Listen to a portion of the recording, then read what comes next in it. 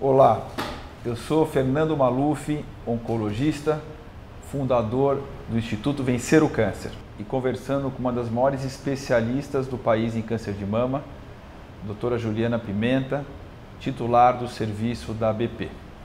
Ju, bem-vinda. Obrigada. Ao nosso live do Vencer o Câncer. Nós estamos no mês do Outubro Rosa, que é um mês muito importante, é o mês da conscientização sobre o câncer de mama, informando a população saudável de todos os hábitos de estilo de vida que devem ser feitos para evitar câncer. A gente sabe que hoje 90% dos cânceres de mama tem um fator ambiental relacionado, só 10% puramente genético. Esse mês também reforça não só o cuidado com a saúde, mas também os exames complementares que devem ser feitos e também informa de um modo bastante importante dentro do Vencer o Câncer quais são todos os avanços que mulheres com câncer de mama devem saber que estão acontecendo por uma melhor taxa de cura e melhor prognóstico. E a gente tem hoje aqui uma série de perguntas que a doutora Juliana vai responder e a gente então vai conseguir obviamente aproveitar bastante esses nossos muitos minutos aqui de debate, de ponto contra ponto e de tirar a dúvida mesmo que a população está querendo. A primeira pergunta, Juliana, é em relação ao sutiã. Tá? Tem muita pergunta sobre o sutiã como fator de risco e essas perguntas vão acontecendo e estão aqui sendo enviados pela audiência do Vencer o Câncer. Então, uma pergunta é: precisa lavar diariamente o sutiã para minimizar o risco de câncer de mama? Não existe essa associação entre o uso de sutiã e câncer de mama, tá? Não se preocupem com essa parte em termos de necessidade necessidade é o normal, né?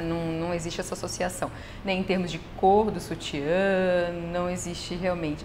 E mesmo com relação, eu vi que tem uma pergunta até com relação ao sol, né?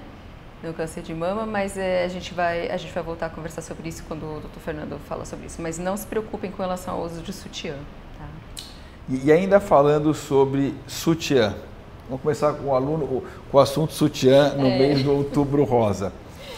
Pergunta é: sutiã com arame aumenta o risco de câncer de mama? Também não existe essa associação.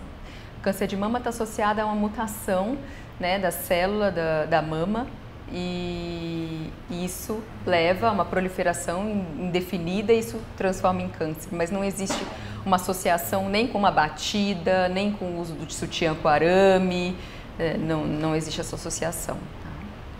Muito bom. Aí vem uma outra pergunta aqui, que eu acho que é uma pergunta que todo mundo faz muito pra gente. Uso de desodorante causa câncer? Também não existe essa associação. Não, a princípio não existe essa relação. Então, nós já sabemos aqui desse começo de debate que sutiã com arame, sem arame, independente da cor, não causa câncer. Que o sutiã não precisa ser lavado diariamente, claro, por questões higiênicas é uma coisa, mas não como fator de risco para câncer. E que desodorante ou antitranspirante não é fator de risco para câncer de mama. Então a pergunta aqui, e eu acho que é importante para a Juliana comentar, Ju, quais são os fatores de risco estabelecidos, né, ou os mais comuns para uma mulher, ou mais raramente o homem? A gente tem que lembrar que o homem tem uma chance muito menor de desenvolver câncer de mama. De cada 100 casos de câncer de mama, 99 são mulheres, 1 dos casos são homens. Mas quais são os fatores bem estabelecidos em termos de fatores ambientais que podem levar a um risco maior de câncer de mama? Em termos de fatores ambientais, um bem conhecido é a parte hormonal, né? Então, a exposição hormonal. Então, são fatores, muitas vezes, que a gente não consegue atuar em cima. Por exemplo, uma mulher que menstrua muito cedo e entra na menopausa muito tarde, isso é um fator de risco que a gente não consegue modificar, não modificável. Né? Um outro fator de risco que também já tem estado bem estabelecido hoje em dia é a terapia de reposição hormonal, mais uma vez associado à questão hormonal. Né? Então, a terapia de reposição hormonal a longo prazo, a gente sabe que está associado ao aumento de risco de câncer de mama. Então, hoje em dia, os ginecologistas costumam recomendar não passar muito tempo em terapia de reposição hormonal. Claro, a gente leva muito em consideração o risco-benefício na recomendação do uso da terapia de reposição hormonal, porque a gente sabe que tem alguns sintomas que são muito difíceis, né, de tolerar no período da menopausa. Então, a gente põe na balança risco-benefício. Mas, realmente, a parte hormonal é um fator de risco já bem estabelecido. A idade é um fator de risco também, mas que a gente não consegue atuar. A gente sabe que o câncer de mama está é mais prevalente a partir dos 50 anos de idade, apesar de que tem mulheres jovens também que têm câncer de mama. A alimentação e sedentarismo também está associado a câncer de mama, então é muito importante de manter uma alimentação saudável. Tudo que a gente sabe que é importante para o coração, em geral, eu costumo falar com os meus pacientes. O que é importante para o coração, para prevenir doença cardiovascular, também é meio parecido para cânceres, inclusive o câncer de mama. Então, uma alimentação saudável, rica em frutas, legumes, verduras, pobre em gordura, excesso de carne vermelha, tudo isso a gente sabe, e excesso de açúcar também, tudo isso a gente sabe que pode ajudar a evitar o câncer de mama. Também a atividade física, também é um fator de proteção. Quando a gente faz atividade física é bom também, e manter um peso adequado. A gente sabe que a obesidade é fator de risco também para o câncer de mama, principalmente para as mulheres mais velhas. E também, só para levantar um pouco a questão genética, que veio muito à tona com a história da Angelina Jolie, Então, o fator genético, ele é responsável por uma parte menor, de câncer de mama. A gente estima em torno de uns 10%, mas também é um fator importante da gente lembrar. Então, mulheres muito jovens com câncer de mama, mulheres com uma história familiar muito rica de tumores, na família, história de câncer de mama em homem. Isso são alguns fatores que levam a gente a pensar que a mulher pode ter alguma síndrome hereditária associado ao câncer de mama e outros cânceres. O que a gente chama de a síndrome mais comum é o BRCA1 e 2, que é a história da Angelina Jolie, e ela associa principalmente câncer de mama e ovário. Então, a gente pensa nessas síndromes hereditárias e vale a pena a gente fazer uma avaliação com um oncogeneticista nesse cenário. Então, acho que é importante, assim, como diria um resumo dessa parte, assim, quais são os fatores, então, protetores para as mulheres saudáveis evitarem câncer de mama? Então, lembrar que a parte genética, se a gente não consegue mudar. Quando a gente nasce com um gene defeituoso, isso é uma herança, esse gene não consegue ser consertado. Então, aí o que a gente vai ter que fazer para esse pequeno grupo de mulheres são exames preventivos mais frequentes, em idades muito mais precoces, e em alguns casos também, até mesmo medicações ou cirurgias profiláticas. Então tem, por exemplo, algumas situações que você remove mamas saudáveis, porque o risco de câncer de mama ultrapassa 80% durante a vida. É chamado mastectomia profilática, faz depois uma plástica, fica linda a mama, mas às vezes é importante essa cirurgia em mulheres com muito risco. Mas essa, felizmente, é uma pequena parte da população, a grande parte não tem mutações. Então, para essas mulheres, se a gente for renovar, as recomendações e juntar o que a Juliana falou para a gente, nós temos coisas relativamente simples. Exercício físico 30 minutos por dia, da idade dos 14 aos 22 anos, reduz em 20% a chance de câncer de mama. Se for um exercício físico mais extenuante, reduz em 50%. Então, o exercício físico, ele é importante, Ju? E não é exercício de final de semana, tá? Essa é a primeira parte. A segunda parte, controle agressivo do peso. A gente sabe que a obesidade é responsável por talvez 1/3 dos casos de câncer de mama. Então, o controle do peso é fundamental. Terceiro, ingesta nenhuma ou mínima de álcool. A gente sabe que o álcool também é um fator de risco para câncer de mama. Quarto, dietas com pobre ou menor conteúdo de gordura e açúcar, mais vegetais, frutas e legumes, que também tem uma relação importante. Então, esses 4 fatores, eles são muito importantes. Em relação à reposição hormonal que a Juliana comentou, ela tem vários fatores positivos, Ela melhora a qualidade do osso, saúde vaginal, libido, ela melhora a parte cardiovascular, evita aqueles calores chamados fogachos, mas ela tem um risco 30% mais ou menos maior de câncer de mama. Então, se a mulher tinha um risco de 10%, ela passa a ter um risco de 13%. Então, tem que ser muito bem discutido com o médico e ele vai tirar uma história detalhada para saber se aquela mulher ou se você tem fatores de risco, os outros, tem história familiar, etc. Então, é importante a mensagem que você, mulher saudável, pode modificar positivamente e diminuir o seu risco de câncer de mama, tá certo? A gente não consegue zerar o risco, mas consegue diminuir ele de forma muito importante. A Aninha Alvarenga fez uma pergunta aqui sobre qual que é a expectativa de vida em mulheres que têm metástases de câncer de mama. Isso depende um pouquinho do tipo de tumor que a paciente tem. Tá? Tem alguns tumores de mama que são muito mais agressivos e outros que são bem mais bonzinhos, né? Que acabam se tornando muito mais uma doença crônica, né? Como se fosse uma diabetes, uma pressão alta. Então, assim, tem, por exemplo, os tumores receptores hormonais positivos que hoje em dia a gente consegue tratar, mesmo na doença metastática, a gente consegue tratar muito tempo só com um anti-hormônio, um comprimidinho lá por muitos anos, né? Então, a gente tem tratamentos efetivos que mudaram um pouco a história dessa doença. Também os tumores HER2 positivos, a gente tem novos tratamentos muito efetivos, que é um outro subtipo também de tumor. Geralmente tumor de mama a gente hoje em dia acaba classificando em 3 subtipos, né? O câncer de mama HER2 positivo, o câncer de mama triplo negativo e o câncer de mama receptor hormonal positivo. Então são bem diferentes os tratamentos e o prognóstico, o tempo em que a gente consegue tratar e ficar muito bem. Mas assim, o que eu posso dizer é que nós temos tratamentos cada vez mais efetivos, em andamento, para todos esses subtipos, né? Então, nós estamos avançando, né? Cada vez mais no tratamento do câncer de mama metastático também. Muito bom. Acho que é importante essa mensagem, porque nós, como oncologistas, sabemos que, e eu explico isso para os pacientes, que vamos imaginar que a mama é uma sala de consultório. E essa sala tem vários componentes diferentes. Tem mesa, tem cadeira, ar-condicionado, papel de parede, tem computador, tem algum porta-retrato.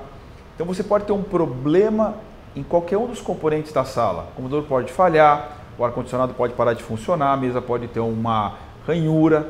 Então, imaginar que cada componente da sala é um tecido ou uma célula diferente, que faz parte do órgão, que é a sala, chamado mama.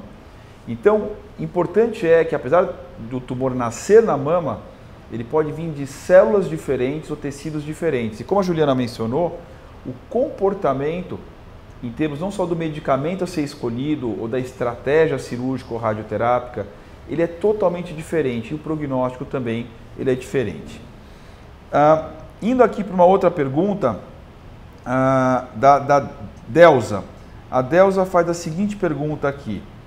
Ela é portadora de câncer de mama há 8 anos e ela quer saber se ela tem uma probabilidade maior, Ju, de ter um outro tipo de câncer por ter tido câncer de mama.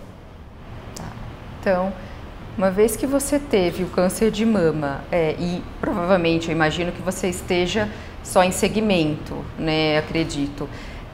Na verdade, assim, o risco de outros tumores depende, conhecido, né, depende um pouco dessa história familiar, dessa história de possibilidade de ter uma síndrome genética. Tá? Isso que a gente pode falar com certeza. Então, a gente sabe que existem algumas síndromes hereditárias que associam o risco de câncer de mama aumentado com outros tipos de tumores, né? Então, assim, isso dá em torno de 10%. Quando que a gente pensa nisso? Então, mais uma vez, mulheres geralmente mais jovens com câncer de mama, por exemplo, abaixo dos 45 anos, mulheres com uma história familiar muito rica de diversos tipos de tumores, por exemplo, familiares com câncer de ovário, foi o caso da Angelina Jolie, ou outros tumores também que a gente pode juntar em uma síndrome conhecida. Então, assim, isso depende, o que a gente tem conhecimento de associação do câncer de mama com risco de outros tumores depende um pouquinho dessas síndromes hereditárias que podem estar presentes em algumas mulheres. Né? Então, assim, nesse cenário, se a gente orienta, que o seu oncologista provavelmente vai recomendar fazer uma avaliação com um oncogeneticista para que você cheque se tem alguma síndrome hereditária que aumenta o risco de outros tipos de tumores. O clássico, por exemplo, é o câncer de ovário. Hoje em dia, por exemplo, todas as mulheres que têm diagnóstico de câncer de ovário têm indicação de checar se tem alguma síndrome hereditária, tá? Porque realmente você tem um risco aumentado de ter, por exemplo, o BRCA1 ou BRCA2, que foi o caso da Angelina Jolie. E a Elide, Ju, pergunta muito importante, porque é uma pergunta muito prática e muito comum, né? É uma pergunta muito perguntada essa.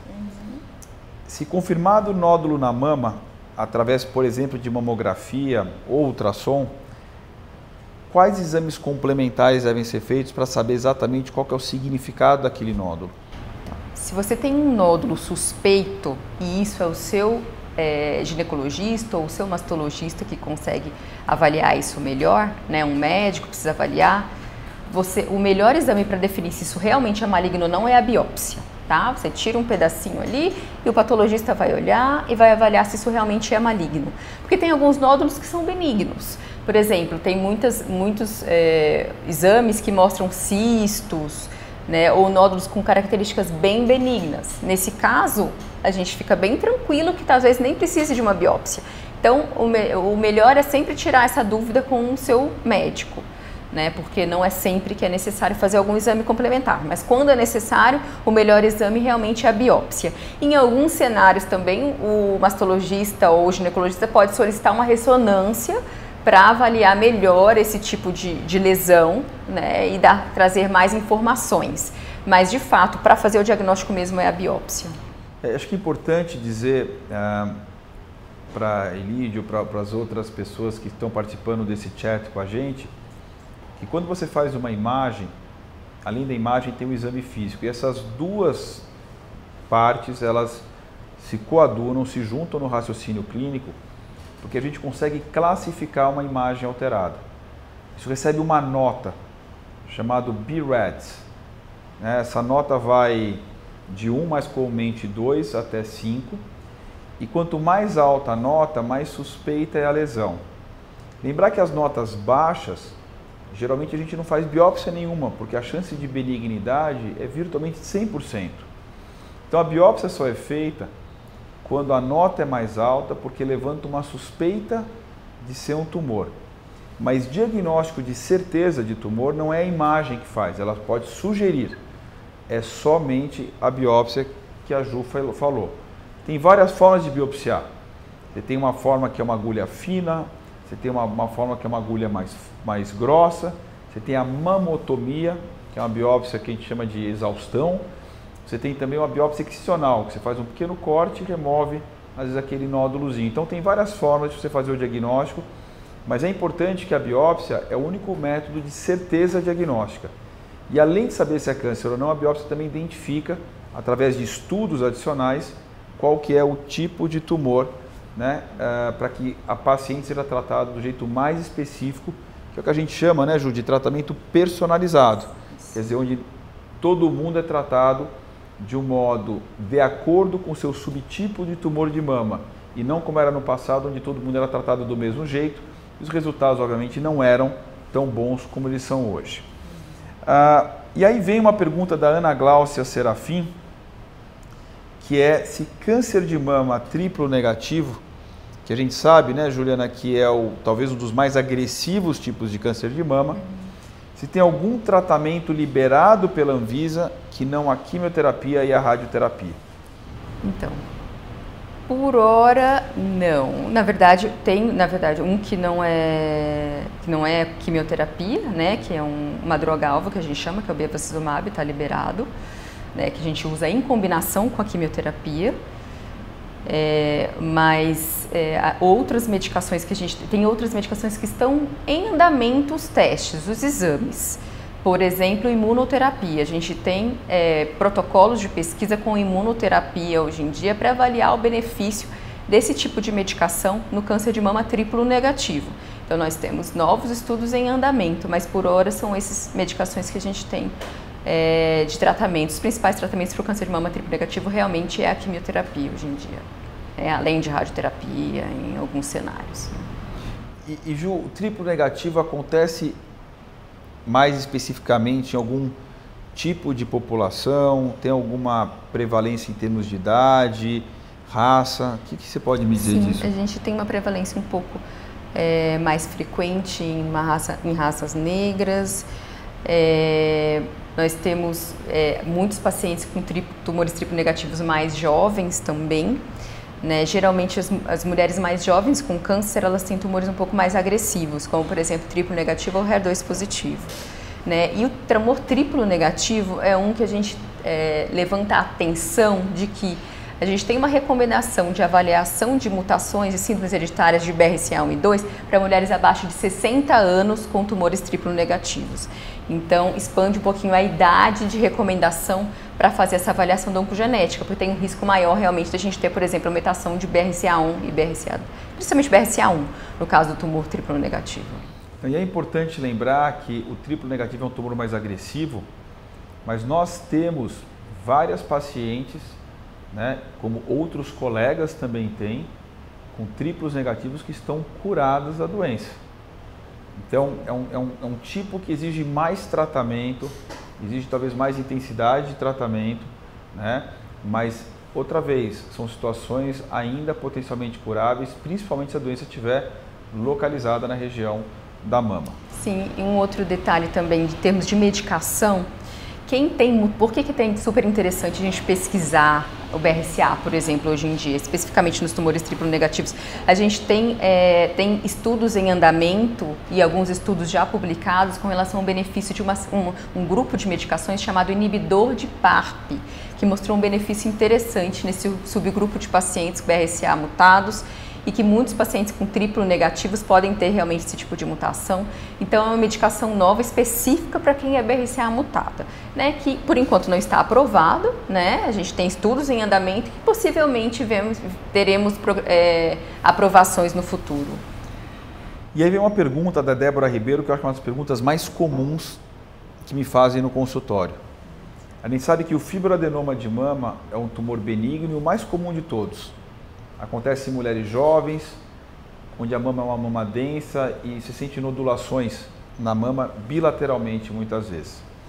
E a pergunta da Débora é: fibroadenoma, ele pode se malignizar? Não, na verdade o fibroadenoma é uma doença benigna, né?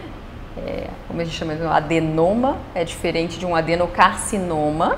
Né, o adenocarcinoma está associado a um tumor maligno, o adenoma seria uma lesão benigna. Né? Então, a princípio, não. O que acontece é que muitas vezes existem algumas lesões que as pessoas podem achar que ainda são benignas ali na mama e que são malignas, na verdade. Então, ele pode confundir muito mais do que realmente ele se tornar um tumor maligno.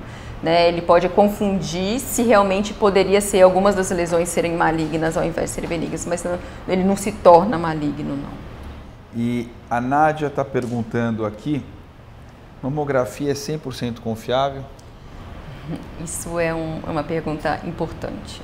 Né? Na verdade, assim, a mamografia ele é um exame de screening recomendado, um exame de check-up recomendado, né? A partir de entre 40 e 50 anos tem a recomendação de fazer, e ele aumentou um diagnóstico precoce e aumenta a chance de cura da doença porque a gente faz um diagnóstico precoce. Então, é um exame importante. Mas existem pacientes que fazem mamografia e que chegam no consultório que fazem a mamografia tudo direitinho e quando faz o diagnóstico a doença já está um pouco mais avançada, não pegou de uma fase tão precoce. Por que isso? Porque tem alguns tipos de tumores de mama que a mamografia não pega tão bem. Um exemplo clássico é um outro subtipo, que sem ser o ductal invasivo, que é o mais comum deles, a gente tem o lobular invasivo. Esse subtipo, a mamografia ele não pega tão bem, não faz um diagnóstico tão precoce, geralmente. Então, assim, realmente tem situações em que a mamografia acaba não pegando numa fase tão precoce assim. Um outro cenário também que a gente vê com alguma frequência são tumores que crescem muito rápido e por isso entre uma mamografia e outra acaba pegando já um tumor um pouco maior. Por quê?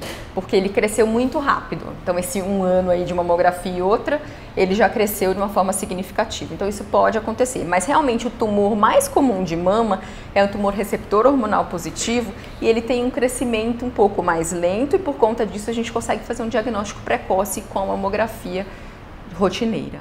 Lembrar que a mamografia ela pode falhar em até 10 a 15% dos casos. Como a Ju falou, em alguns tipos, tipo lobular, ou mamas também muito densas. Por isso que mamas densas, o primeiro exame que se faz é o ultrassom e não a mamografia. Mama densa é mais comum em mulheres mais jovens, que à medida que a idade avança, aquela densidade mamária ela é substituída por gordura. Então, essa acho que é uma pergunta bem importante aqui. Um outro ponto aqui, uma pergunta que eu acho que é uma pergunta interessante, da Luciene Bispo, é para quem já teve câncer de mama. Então, não estamos falando mais da mulher saudável que quer evitar ter câncer de mama. Quem já teve câncer de mama, Ju, qual que é o impacto da dieta em termos de prognóstico? E aí eu vou estender a pergunta um pouquinho. Qual que é o papel da dieta e do exercício físico como protetor de recidiva em quem já teve diagnóstico de câncer de mama? Tem um papel muito importante, né? A gente sabe que por estudos, foi bem avaliado, eles compararam mulheres que tiveram câncer de mama e que faziam atividade física e não faziam atividade física, e viram que as mulheres que faziam atividade física tinham um prognóstico melhor, a chance de recorrência era menor. A mesma coisa com relação à alimentação. Então, uma alimentação saudável também diminui o risco da recorrência do câncer de mama, assim como um peso adequado. Então, na verdade, é uma combinação de fatores, né? Você fazer uma dieta adequada, atividade física e manter um peso adequado, tudo isso tem impacto com relação à redução do câncer de mama. Então, não é apenas o risco do câncer de mama em quem não teve ainda. Isso também, né, tem recomendações, porque tem uma redução de ter o câncer de mama quando você tem essa vida mais saudável. Também aquelas mulheres que tiveram câncer de mama, a gente tem uma redução do risco de vir a ter uma recorrência dessa doença. Então é super importante. No consultório, todas as minhas pacientes sabem que eu sempre pego um pouco no pé. Vamos fazer atividade física e vamos manter uma dieta adequada e vamos perder peso, porque manter um peso adequado é essencial para a gente diminuir a chance de recorrência, assim como todos os tratamentos que são realizados.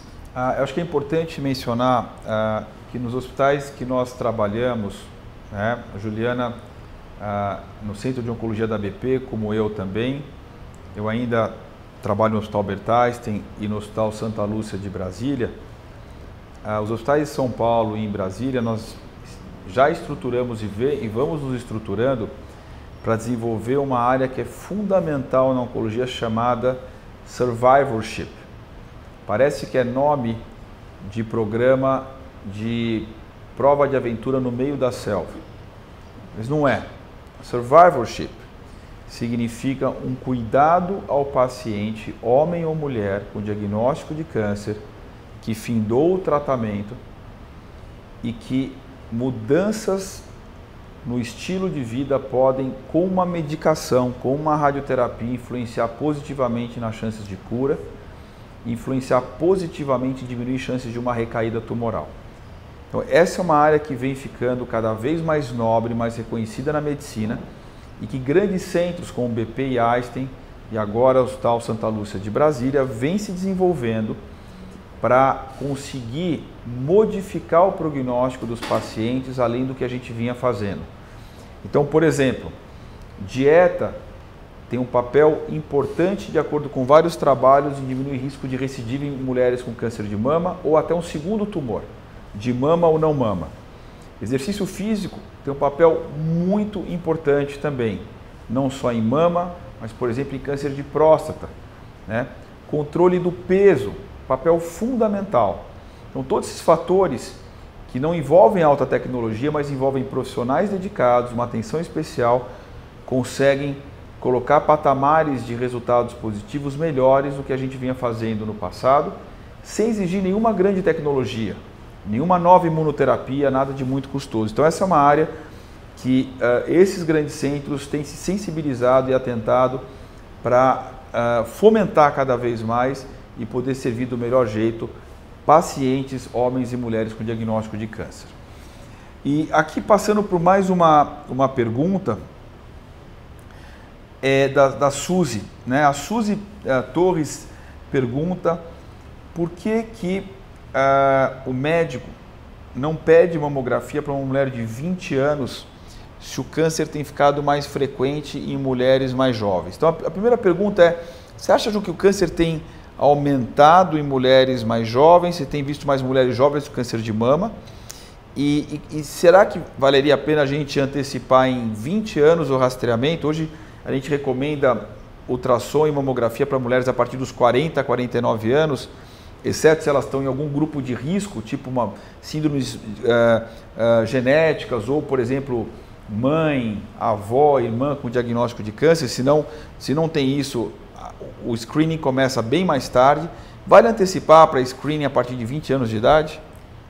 Então, realmente a gente vê no consultório, né, muitas pacientes jovens, de fato, com câncer de mama. O ponto é que o problema de fazer um screening muito cedo é a gente aumenta muito a taxa de falsos positivos, tá? Então, assim, a gente acaba diagnosticando muitas nodulaçõezinhas ali que não são nada. Isso acaba gerando um estresse e acaba gerando biópsias desnecessárias. Por conta desse tipo de coisa, é que não é recomendado começar o exame de mamografia tão cedo. E também porque a mamografia, como o Dr. Fernando já comentou, ela não é tão interessante, tão boa no diagnóstico numa mulher é muito jovem por questão de densidade mamária. Mas o ponto é que os exames de check-up, eles levam em conta, eles levam um balanço de vários detalhes, tá? O fato de que qual é a incidência da doença em determinada população, determinada idade, né? E também os riscos associados mesmo a um excessivo de uso desses tipos de exame.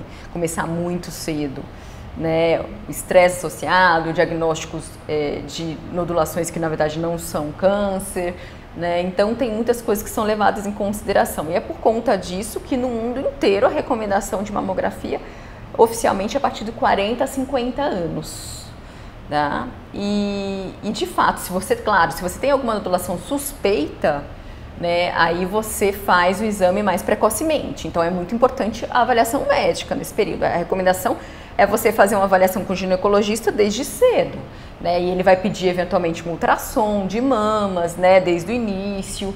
E também ele vai solicitar um outro exame de screening que eu gostaria de levantar aqui, gente, a importância. O Papa Nicolau. O Papa Nicolau tem indicação de fazer um exame de check-up, que tem indicação de fazer muito mais cedo, né? A partir da idade de vida sexual ativa já tem indicação de fazer o Papa Nicolau. E aí nessa hora o ginecologista já vai fazer uma avaliação, né, global, fazer palpação da mama também, já faz uma avaliação global, né, da mulher nessa idade mais jovem. Uma pergunta, essa eu até vou responder, se mamografia sem usar o colete protetor, que não é usado, para tireoide, pode causar câncer de tireoide. Eu sei que teve um vídeo que viralizou na internet, a resposta a esse vídeo é incorreto, impreciso e não verdadeiro. Ou seja, para fazer mamografia não precisa usar nenhuma proteção para a região da tireoide, porque a dose de radiação ela é mínima e nenhum estudo mostrou que aumenta câncer de tireoide fazendo mamografia.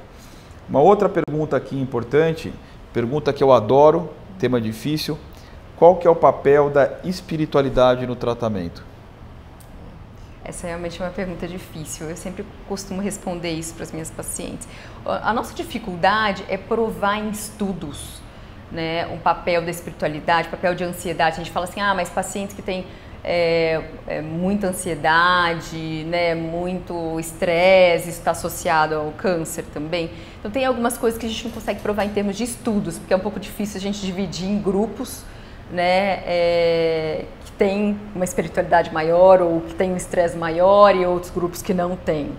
Mas assim, a nossa impressão, né, isso eu acho que é uma questão muito mais de uma impressão médica do que realmente baseado em evidências, que a gente chama, é que pessoas que têm uma vida mais tranquila e que têm uma vida mais alegre, que têm mais confiança, tanto nos médicos, nos tratamentos, e que têm uma espiritualidade maior, acredita em alguma coisa, acredita de que vai ficar curado, de que vai ficar melhor, né? Elas parecem que vão melhor em geral no tratamento, né? Não sei se o Fernando tem algum comentário com relação a isso, né? Mas essa é a minha impressão, que realmente um pensamento positivo ou uma espiritualidade associada, acreditar em alguma coisa costuma ajudar. Eu acho que a força da mente ela é relevante, né? Tem estudos cientificamente muito bem feitos que mostram que a percepção dos efeitos colaterais são menores em pessoas que têm uma ligação com uma religião mais forte, independente de qual é a religião, uma ligação com alguma coisa extra que cause crença, fé e motivação. Tem até alguns estudos que mostram algumas mudanças até na imunidade em relação a isso. Claro que esse é um assunto muito amplo, é um assunto que é adorável, eu acho um assunto interessante, que vai ter que ser estudado melhor, mas eu acho que a espiritualidade só pode vir para bem, né? Eu não acho que ela prejudica em nada, pelo contrário, ela só pode ajudar, e tem evidências científicas que mostram que realmente ela pode ajudar, porque a nossa mente é uma coisa muito potente, né? Vale dizer, por exemplo, em vários estudos que são feitos randomizados, onde um braço faz um tratamento, o outro placebo, e o braço do placebo sente melhora, porque imagina que está tomando uma medicação. Então, a força da mente é muito, muito, muito importante. Aqui mais uma pergunta, que eu acho que é uma pergunta muito importante. É possível ter câncer de mama sem sentir sintomas? Sim, é possível. Tem muitos pacientes com câncer de mama que não tem sintoma de dor, nada disso. A grande maioria, na verdade, né?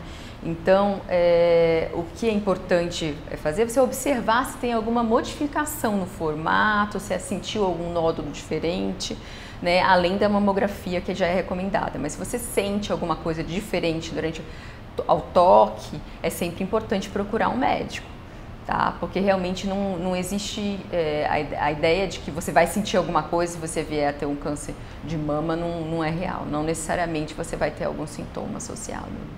Muito bom. Então, acho que algumas mensagens importantes.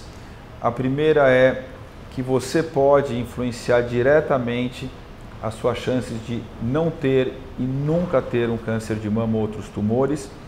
Se a gente fizer medidas que não são fáceis, elas são simples, porque não envolvem grandes custos, mas elas não são fáceis porque a gente tem o nosso dia a dia, a nossa rotina, e nem sempre é fácil modificar. Então a questão do exercício físico todos os dias, regular, controle do peso, rever o que a gente está comendo no dia a dia, né? O uso de álcool nenhum ou leve são fatores muito importantes para que se evite câncer de mama. Importante outra vez são os exames de rotina, né? É sempre muito mais curável um tumor quando diagnosticado sem sintomas. A gente não gosta de diagnosticar ninguém pelos sintomas.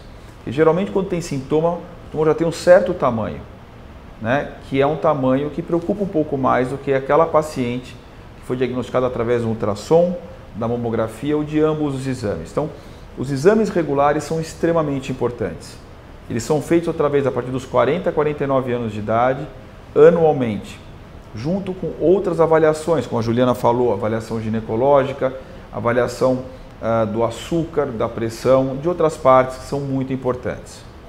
Para quem tem o diagnóstico de câncer de mama, as boas notícias é que os tratamentos melhoram a cada dia. As cirurgias, elas ficam menores, menos mutilantes, a radioterapia tem pouquíssimos efeitos colaterais, né? Nós sabemos hoje que nós temos que tratar individualmente o paciente, diferente do que era no passado, que eram todos tratados do mesmo modo, por isso que os resultados talvez não fossem tão bons assim. Hoje a gente sabe que cada tipo é tratado de um jeito específico, estilo, roupa que é feita sob medida para alguém, né? Isso levou a uma melhora brutal do prognóstico, brutal das chances de cura, não só na doença localizada, mas na doença também metastática.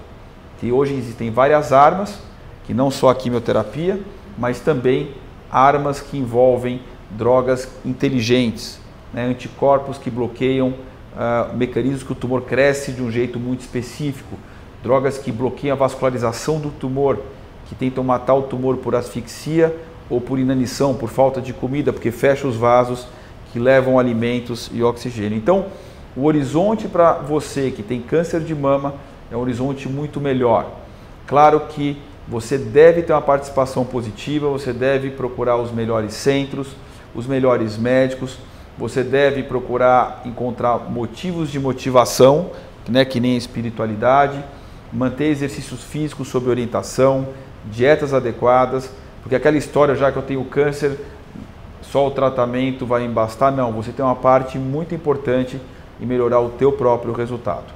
Então eu agradeço a Juliana, Obrigada. Que é uma especialista na área, uma pessoa de renome, de um conhecimento profundo, e a gente então, dentro do Vencer o Câncer, nosso Instituto Vencer o Câncer, promove esse live, esse chat com as pessoas que têm o Vencer o Câncer como uma boa fonte de informação, e a gente espera que a gente possa ter ajudado todas vocês. Feliz Outubro Rosa para todas as mulheres. Obrigada.